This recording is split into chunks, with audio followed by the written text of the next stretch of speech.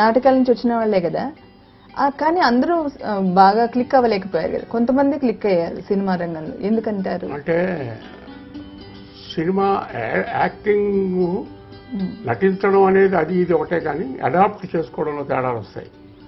ఇప్పుడు ఆ రోజుల్లో వేమూరి గగ్గయ్య గారు, లేకపోతే సిఎస్ఆర్, లేకపోతే మరొకరు చాలామంది వీళ్ళందరూ నాటకాల నుంచి అలాగే సినిమాల్లోకి వచ్చారు.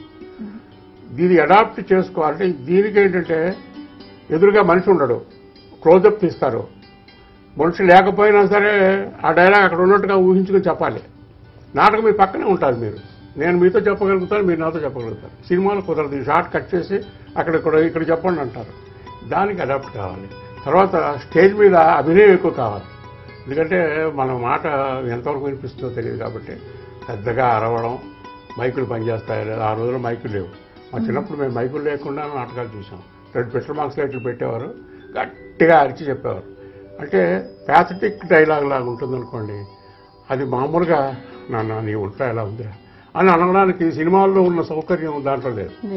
అది వాళ్ళ నాటకంలో వేసినప్పుడు కూడా నాన్న నీ ఆరోగ్యం ఎలా ఉంది అని అడగాలి, చెవిటి వాడిని అడిగినట్టు, లేకపోతే ఆడియన్స్ వినిపిస్తుంది. ఇలాంటి ప్రాబ్లమ్స్ అన్నీ అప్పట్లో ఉంటాయి. సినిమాకి వచ్చిన తర్వాత అవన్నీ ఉండవు. సో కొంతమంది సిఎస్ఆర్ గారు లేకపోతే మరొకరు వీళ్ళందరూ సినిమాలకు వచ్చి నాటకాల నుంచి వచ్చి ఇక్కడ ఉన్న ఈ పద్ధతి ఏంటి, ఈ విధానం ఏంటి దానికి అలవాటు పడిపోయి దాన్ని అలవాటు చేసేసుకున్నారు. మిగతా వాళ్ళు అడ్జస్ట్ కాలేకపోయారు. ఇప్పుడు సిఎస్ఆర్ గారు ఉన్నారనుకోండి, ఆయన నాటకాలు కృష్ణుడు, రాముడు అవి అన్ని వేసి పద్యాలు చదివి వచ్చి సోషల్స్కి అలవాటు పడిపోయి కామెడీ చేసి సీరియస్ చేసి అన్ని రకాలు చేశారు. అదే ఇంకా అక్కడి నుంచి ఏదైనా లిటిగేషన్ క్యారెక్టర్ వస్తే సిఎస్ఆర్ ఆంజనేయ గారు అండి. ఇప్పుడు ఆ బాధ లేదు, అక్కర్లే. యాక్టింగ్ అనేది ఇవాళ అంత యాక్ట్ చేయాల్సిన అవసరం ఏంటి. మామూలుగా సగం యాక్టింగ్ కెమెరా చేసుకెళ్ళిపోతుంది, రాకపోతే పక్క వారి రియాక్షన్ వేస్తారు, కంప్యూటర్లు కూడా చేసేస్తారు. ఏ ఇబ్బంది లేదు. పాటలు కూడా శృతి పక్వంగానే పాడాలి, శృతి తప్పితే కుదరదు, మళ్ళీ పాడాల్సి వచ్చేది. ఇప్పుడు అక్కర్లే, శృతి కొంచెం తప్పినా దాన్ని మళ్ళీ అడ్జస్ట్ చేసే స్థితిలో తీసుకొచ్చేస్తున్నారు ఇవాళ. అలా టెక్నిక్ అలా పెరిగిపోయింది, బాగా బాగా విపరీతంగా పెరిగి ఎక్కడికి వెళ్తుందో కూడా మనం ఊహించినాం. 1958లో ఫస్ట్ సినిమా రిలీజ్ అయినట్టుంది, శోభ అని. శోభ అంటే దాదాపు 55 ఏళ్ళు సినిమా రంగంలోకి వచ్చి అప్పటికి ఇప్పటికి మీరు గమనించిన మార్పులు ఏమిటి? మార్పులు చాలా ఉంటాయండి. అంటే ఒకటి మెయిన్ ఏంటంటే శ్రద్ధ. మీరు మీ పని చేస్తున్నారు, మీకు శ్రద్ధ కావాలి, నాకు శ్రద్ధ కావాలి. శ్రద్ధ దేనికైనా కావాలి. చదువుకోవడానికి శ్రద్ధ కావాలి, ఉద్యోగం చేయడానికి శ్రద్ధ కావాలి, సినిమా తీయడానికి ఇంకా శ్రద్ధ కావాలి. ఇది కోట్ల వ్యాపారం. ఇది ఆ శ్రద్ధ తగ్గిపోయింది.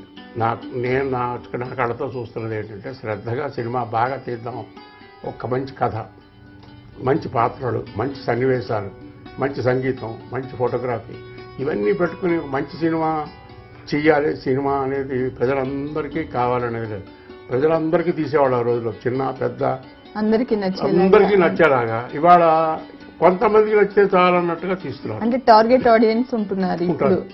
మెయిన్ యూత్ అనుకోండి, వాళ్ళకి ఎలా ఉంటే బాగుంటుంది, వాళ్ళు ఈరలు కొట్టాలి, అలాంటివి తీస్తున్నారు. అంటే ఫ్యామిలీ ఆడియన్స్ రావట్లేదు అని కదా. రావటం లేదంటే మరి అలా ఉంటే వాళ్ళు రారు.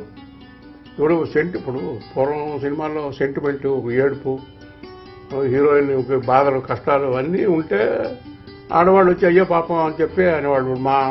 మా ఉదయం గారు వాళ్ళంతా సినిమాకి వెళ్ళినప్పుడు అక్కడ ఏడు చేస్తున్నారు, ఖర్చు పెట్టి తుడి చేసుకుంటున్నారు. మరి ఇవాళ ఏ సినిమాలో అలాంటిది అక్కడ ఉండదు.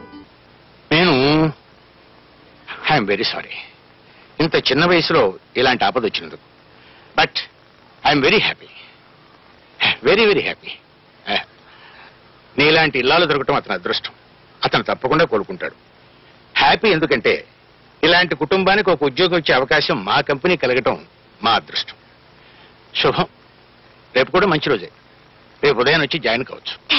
Thank you very much. చూడమ్మా, వైద్యానికి అడ్వాన్స్ ఏదైనా కావాలంటే. థ్యాంక్ యూ సార్, ఇప్పుడు అవసరం లేదు, ఉన్నప్పుడు అడుగుతాను. సార్ ఉన్నప్పుడు అడగడం నా పొందా, ఇచ్చినప్పుడు తీసుకో. బాబాయ్. అంతేలే, అక్కర్లేదంటే మనం ఏమైనా బతిమాలతామా? ఇప్పుడు సినిమాలు కొంత అంటే యూత్ వస్తున్నారు కాబట్టి యూత్ కోసమే తీస్తున్నారు. సో అన్ని పాయింట్స్ ఉండడం లేదు కదా. ఒక స్టేజ్ లో మాస్ కోసం సినిమాలు తీసేవారు. ఇప్పుడు విఠలాచార్య గారు అనుకోండి, క్లాస్ ఆడియన్స్, మాస్ ఆడియన్స్ అని 2 తెగలు ఉంటాయి. అంటే కొంచెం చదువుకున్న వాళ్ళు కానీ సెన్సిబిలిటీ ఉన్నవాళ్ళు వాళ్ళ క్లాస్, మాస్ అంటే ఈలలు కొట్టి వాడి థ్రిల్ ఉంటే వాడికి ఆనందంగా ఉంటుంది. అలాంటి వాడి కోసం సినిమా చేయాలి. మాస్ పిక్చర్స్ అని, క్లాస్ పిక్చర్స్ అని 2 తెగలు ఉండేవి. ఇప్పుడు లేవేమో నాకు తెలియదు, ఉన్నాయో. ఇది అప్పుడంతా మాస్ పిక్చర్ అండి. మాస్ పిక్చర్ అంటే ఫైట్స్, పాటలు, మాయలు, మంత్రాలు, ఇవన్నీ మాస్ పిక్చర్స్. ఇప్పుడు మల్లీశ్వరి లేకపోతే మరేదో ఇంకోటి శంకరాభరణం అంటే క్లాస్ పిక్చర్స్ అంటే అలాగే కేటగరైజ్ చేస్తాను. అలాగా ఇప్పుడు ఏంటంటే అన్ని సినిమాలు మాస్ పిక్చర్స్ కింద ఇవాళ వస్తాయి. అది కాకుండా లేడీస్ కానీ కొంతకాలం వచ్చేది. మహిళా చిత్రము అని వేశారు. ఈ సంవత్సరపు మహిళా చిత్రం అది వేశారు. అంటే లేడీస్కి మాత్రం చాలా బాగుంటుంది. అంటే మిగతా వాళ్ళకి బాగుంటుంది కాదు, వాళ్ళని అట్రాక్ట్ చేయడానికి. వాళ్ళ కోసం సెంటిమెంటల్ సీన్స్, కన్నీళ్లు కార్చే సీన్స్, హీరోయిన్ బాధపడితే వాళ్ళు బాధపడతారు, అలాంటివి అవి ఉండేవి. పురుషుల కోసం ఎప్పుడు సినిమా రాలేదు, పిల్లల కోసం బాల చిత్రాలు రావచ్చు. అలాగా అంటే ఒకటి సినిమా అనేది పిల్లలకి, పెద్దలకి, నడువయసుకున్న వాళ్ళకి, పెద్దవాళ్ళకి, వృద్ధులకి అందరికీ నచ్చే విధానంలో సినిమా తీస్తేనే అది మంచి సినిమా. నా ఉద్దేశంలో మంచి సినిమా అంటే ఏంటంటే అందరు ఇంటిల్లిపాదికి నచ్చాలి. ఇంటిల్లిపాది బాగుందని చెప్తున్నాను. నేను ఉదాహరణకి నేనే కాదు, ఎవరైనా బాపు గారిని అడిగినా మాయాబజార్ చెప్తారు, విశ్వనాథ్ గారిని అడిగినా మాయాబజార్ చెప్తారు, సంగీతం శ్రీనివాస్ గారిని అడిగినా ఆయన మాయాబజార్ సినిమా. ఎందుకు మాయాబజార్ సినిమా ఇప్పుడు ఇన్ని సంవత్సరాలు, ఇప్పుడు 1957లో వచ్చింది, 57లో వచ్చి ఇన్నేళ్ళైనా ఇంకా దానికి లైఫ్ ఉంది. అది చూస్తూనే ఉంటారు పిల్లలు ఆనందిస్తారు. ఈ జనరేషన్ పిల్లలు కూడా, మా మనవలు ఉన్నారు, వాళ్ళు కూడా ఆ సినిమా చూసి వాళ్ళు ఎవరో తెలియదు, దాంట్లో రంగారావు తెలియదు, సావిత్రి తెలియదు, ఏం తెలియదు, కానీ వాళ్ళు ఎంజాయ్ చేస్తూ ఉంటారు. అది కావాలి. సో అలాగా మాయాబజార్ అనే కాదు, అలాంటి సినిమాలు చాలా ఉంటాయి. అందరినీ అలరించాలి, అందరికీ బాగుండాలి, అందరినీ రంజింపజేయాలి సినిమా. అది మంచి సినిమా. అంతేగాని డబ్బు వస్తే మంచి సినిమా, డబ్బు రాకపోతే మంచి సినిమా అని కాదు. క్లాస్ సినిమాల్లో కూడా కొన్ని మంచి సినిమాలే కావచ్చు, కానీ అందరూ చూడలేకపోయారు.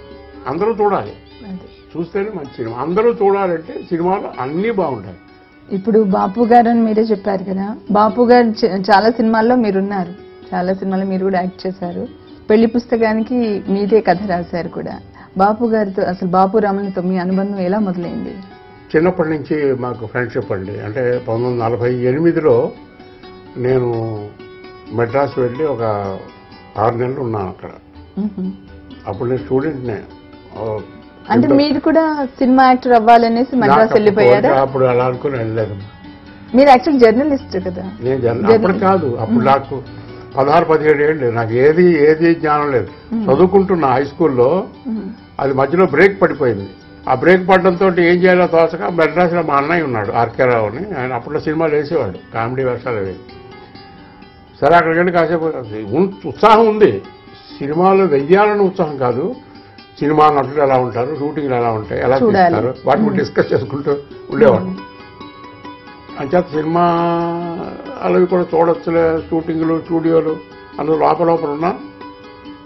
అది పక్కన పెట్టి వెళ్ళి అప్పుడు కొంతకాలం ఉన్నాను. అప్పుడు బాలపత్రిక అని వచ్చేది, అందులో బాపు గారు బొమ్మలు వేసేవారు, ముళ్ళపూడి రమణ గారు ఏదో రాస్తుండేవారు. బాల ఆఫీస్ నేను కూడా బాలపత్రిక ఏదో రాశాను. అప్పుడు ఒకసారి బాలపత్రిక వెళితే బాపు గారు వాళ్ళు అక్కడ పక్కనే ఉంటారని ఆయన చెప్పారు, ఎడిటర్ గారు. అప్పుడు బాపు గారు దగ్గర వెళ్ళి కలిశాను. అప్పుడు అందరం నిక్కర్లు వేసుకుని ఉండేవాళ్ళం, రమణ గారు, బాపు గారు. అప్పటి నుంచి పరిచయం. అప్పుడు సరదాగా రోజు వెళ్ళడం, ఆ బీచ్ వెళ్ళేవాళ్ళం, తిరిగాను. ఆ పరిచయం ఆ తర్వాత మళ్ళీ నేను 1952-53 ప్రాంతాల ఒక డబ్బింగ్ సినిమాకి రాయడానికి వెళ్ళాను. అప్పుడు మళ్ళీ కొంతకాలం ఉండిపోయాను అక్కడ, 54 అప్పుడు ఉండిపోయాను. ఆ సినిమా అయిపోయిన తర్వాత కూడా డబ్బింగ్స్ అవి చెప్తూ వాయిసెస్ ఇచ్చి ఉండిపోయాను. మళ్ళీ ఆరోగ్యం బాగాలేదు, వచ్చాను, మళ్ళీ వెళ్ళాను. అది 56లో ఫైనల్గా వెళ్ళిపోయాను. వెళ్ళగానే నాకున్న పాత ఫ్రెండ్స్ వీళ్ళే కదా, అందుకని అప్పుడు నాకు ఆనందవాణి పత్రికలో పనిచేయడానికి వెళ్ళాను. ఆనందవాణి ఆఫీసు పక్కనే ఆంధ్రపత్రిక ఆఫీసు, రమణ గారు అక్కడ పనిచేసేవారు ఆంధ్రపత్రిక వీక్లీలో. వెంటనే ఆ రోజే వెళ్ళి రమణ గారిని కలిశాను. అక్కడి నుంచి మళ్ళీ కలిసి మీద తిరగడం చేయడం. మళ్ళీ అప్పుడు రమణ గారి ఇంటికి వెళ్ళి అక్కడే ఉండేవాడు, రమణ గారి ఇంట్లోనే ఉన్నాను. ఇంకా ఫ్యామిలీ ఎవరు లేరు, అప్పుడు పెళ్లి కాలేదు ఆయనకి. మా అమ్మ వాళ్ళు ఎవరు లేరండి, మీరు మా ఇంటికి వచ్చి ఇక్కడ ఎందుకు ఆఫీసులో అంటే అక్కడికి వెళ్ళిపోయాను. అలా మాకు ఫ్రెండ్షిప్ డెవలప్ అవుతూ వచ్చిందనమాట. తర్వాత వాళ్ళు నిదానంగా బాపు గారు పబ్లిసిటీలో చేశారు, రావణ గారు సినిమాలు రాయడం ప్రారంభించారు. ఇంకా అక్కడి నుంచి వాళ్ళు సినిమా ప్రొడ్యూసర్స్ అయ్యాయి, ఈయన డైరెక్టర్ అయ్యాడు. అలా వస్తుంది. వేషం అనేది నాకు తగ్గది ఉంటే వేయమని అడిగేవారు. నేను ఇప్పుడు నాకు వేషం ఇవ్వండి అని నేను అడగలేదు. ఎందుకంటే మాకున్న ఫ్రెండ్షిప్ అలా ఉంటే వాళ్ళే ఇస్తారు, లేకపోతే మనం అడిగితే మాత్రం ఇస్తారా అని ఎప్పుడు అడగలేదు. అందరూ అడుగుతారు, ఏమండి ఈ సినిమాలు మీరు లేరేంటండి, ఏమో దాన్ని ఏమన్నా ఉంటే ఇస్తారు. శ్రీరామరాజ్యంలో వేషం వేయలేదేమండి మీరు లేరా? శ్రీరామరాజ్యంలో నాకు వేయడానికి ఏముంటుంది, ఇవ్వలేదు, దాన్ని ఇవ్వకపోతే అది వేరే ఉండాలి కదా అంటాను. ఇప్పుడు తర్వాత ముఖ్యంగా ఏంటంటే నన్ను సినిమాలలో వేషాలు వెయ్యమని ప్రోత్సహించింది రమణ గారు, బాపు గారే. ఎందుకంటే నాటకాల్లో బాగా వేసేవాళ్ళం, ఆ నాటకాలన్నీ వాళ్ళు వచ్చేవారు.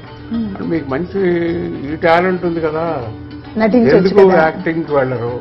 అప్పుడు నేను అసిస్టెంట్ డైరెక్టర్ ఒక 6-7 ఏళ్ళు పనిచేస్తాను.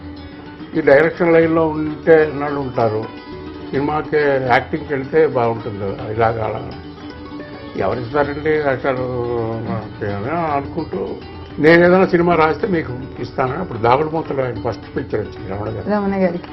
ఆ దాగుడు మూతల్లో నాకు వేషం వచ్చింది, మంచి వేషం. అక్కడి నుంచి అంటే ప్రొఫెషనల్ యాక్టర్గా అవడం అక్కడే మొదలైంది. దాగుడు మూత శోభలో వేయడం ఏంటంటే అక్కడ పనిచేస్తూ అసిస్టెంట్ డైరెక్టర్గా ఉండేవాడిని కాబట్టి ఒక సందర్భంలో వేషం వేస్తే వేషం వేసి అప్పుడు వేషం మీద కాన్సన్ట్రేషన్ లేదు, ఈ డైరెక్షన్ లైన్ అదే కాదు. లెక్క ప్రకారంగా అది మొదటి సినిమా అయింది. అయ్యా నాకు తెలియక అడుగుతాను, మీకు ఇంతటి సిరి సంపదలు ఉన్నాయి, ఇంతటి బలగా ఉంది, కాస్త పనిగట్టుకుని మనం చూసేవాళ్ళు ఎవరు లేరా ఇక్కడ? అవును, లక్షలు మూలుగుతున్న ఒక ఇంట్లో ఆ లక్షాధికారి కూడా మూలపడి మురుగుతూ ఉంటే అక్కడ చాలా మంది ఉంటారు.